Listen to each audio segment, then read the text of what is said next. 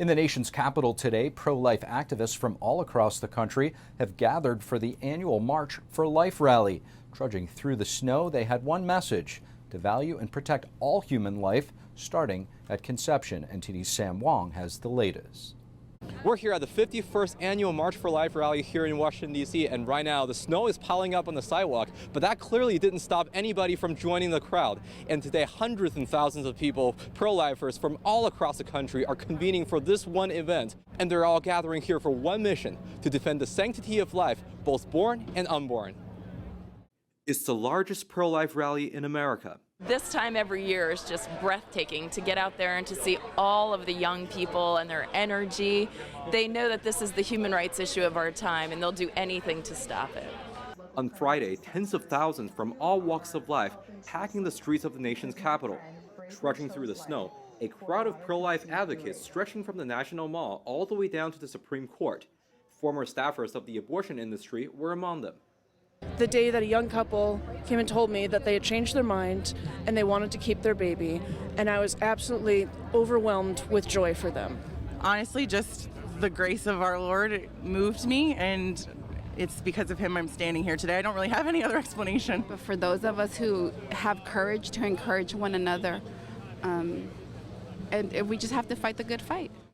The rally comes more than a year after a landmark victory for the pro-life movement, when Roe v. Wade was overturned by the Supreme Court.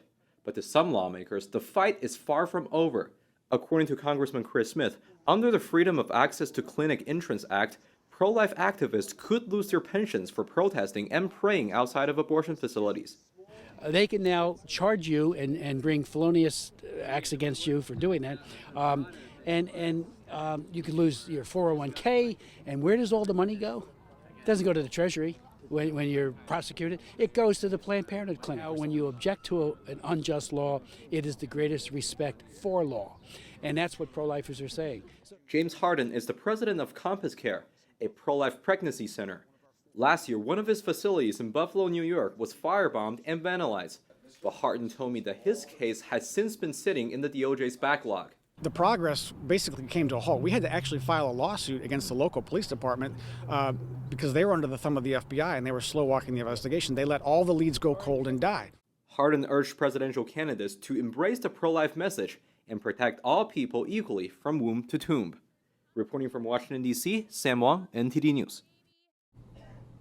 And a potential blow to Nikki Haley just 4 days before the New Hampshire primary.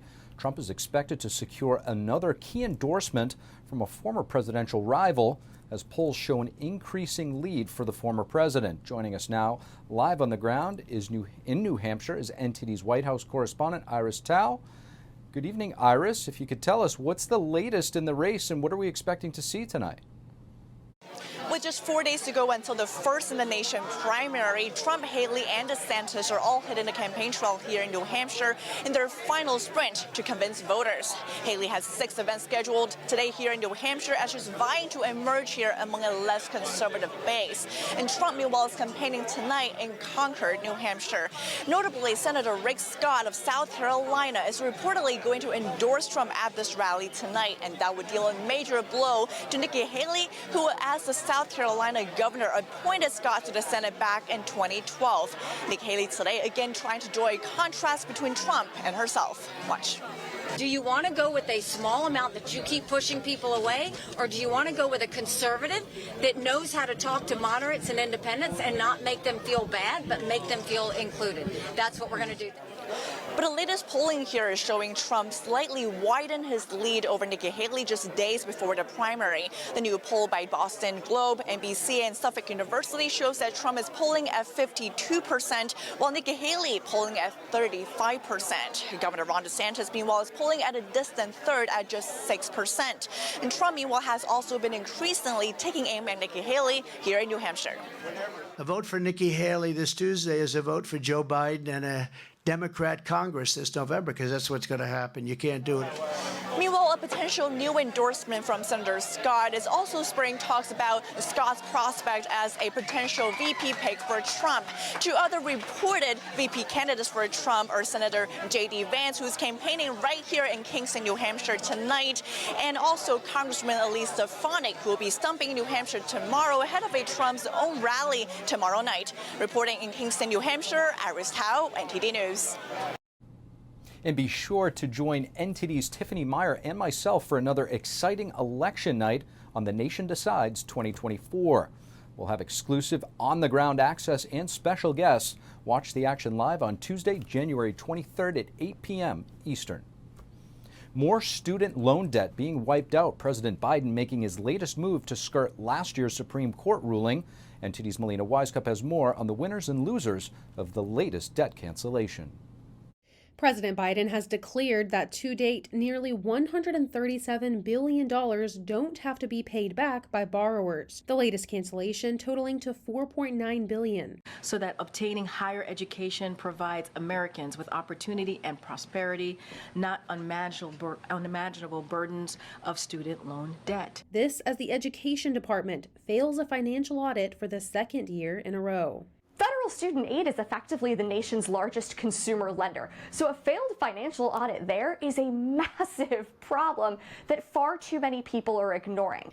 73,000 Americans are off the hook in this latest round, including public servants like teachers, firefighters, and nurses. To get student loan borrowers the relief they need to reach their dreams. But critics say these cancellations aren't free. He is not really canceling debt so much as he's transferring the burden of student loan debt away from borrowers and onto the rest of the public. Since the Supreme Court struck down Biden's broader debt cancellation plan last year, the president has been tweaking and expanding the rules of existing programs to skirt around the high court's ruling. If he really wanted to do this in a constitutional way, he would go to Congress and ask for their approval and permission. President Biden and Education Secretary Cardona have instead tried to enact backdoor loan forgiveness. Debt cancellation was a major campaign strategy for President Biden in 2020 and could yet again be invoked during this election year. Reporting from Washington, D.C., Melina Wisecup, NTD News. Energy policy is going to play a major role in the upcoming election. Amid rising energy costs, Alaska is rich in natural resources, ranked 10th in the world for many key rare earth minerals. To assess the varying approaches to energy policy, we're happy to have with us Alaska Governor Mike Dunleavy. Alaska Governor Mike Dunleavy, thank you so much for joining. Oh, it's great to be on. Thanks, Steve. Governor, energy obviously a big issue heading into 2024. Alaska, a major energy-rich state. Talk to us about how Biden's energy policy impacted Alaska compared to that of former President Trump. Oh, it's brutal, night and day. You couldn't have a more different administration. Under President Trump, every opportunity was looked at.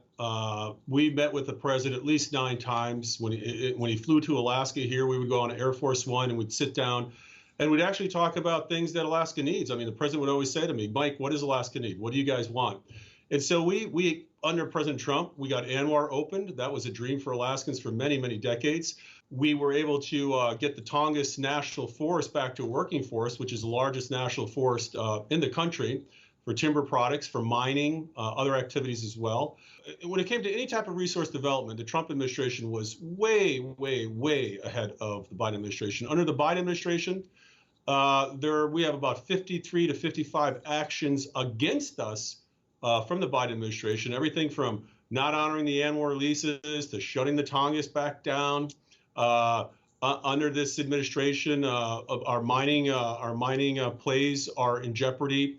We're hoping to get a gas line done. We'll see if that works. But long and short of it, it's been a battle for fossil fuels and mining, as well as timber here in Alaska.